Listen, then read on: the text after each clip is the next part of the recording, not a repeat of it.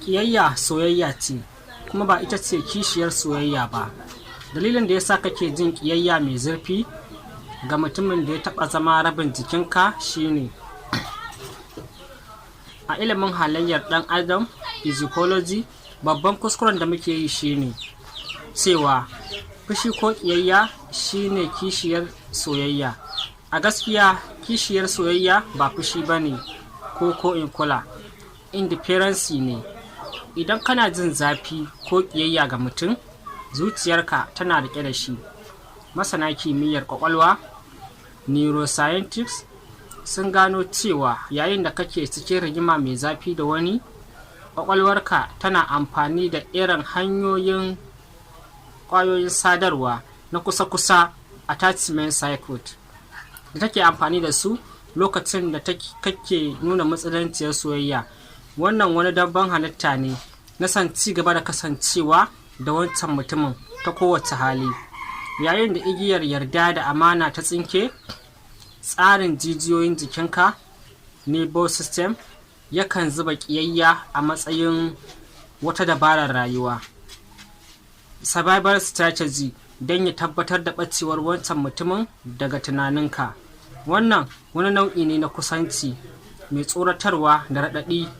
Ba faɗa kake yi don kai nasara ba, halittar kace take faɗa don kada a daina ganinta, don kada a mance da ita. A gurin ƙwaƙwalwa, zafin rigima ya fi daɗi fiye da sanyin kasancewa abinci main forgetting. Tana kasancewa tamkar igiyar da take ɗaure ku, hanya ce da take tabbatar da cewa ko da ba za ku iya kasancewa kusa da juna ba, ba za ku taɓa kasancewa daban ba. Zai iya kasancewa waɗancan mutanen da ka kasa daina ƙiyayya su ne mutanen da zuciyarka take amincewa da su.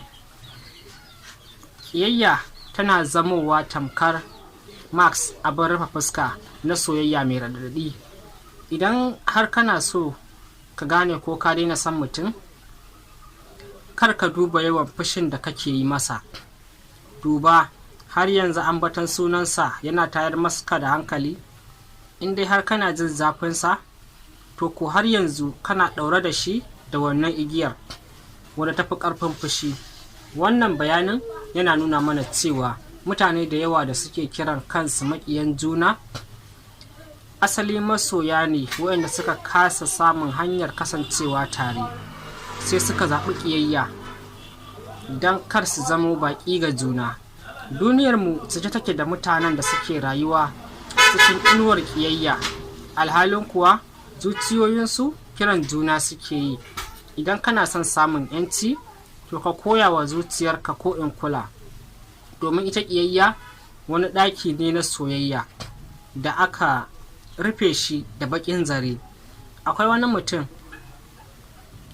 da ka taɓa yin tunanin kana ƙiyayya da shi, amma yanzu ka gano cewa baka so ka manta da shi? Ba kai bane ka sanja, idanka ne kawai ya buɗe yanzu.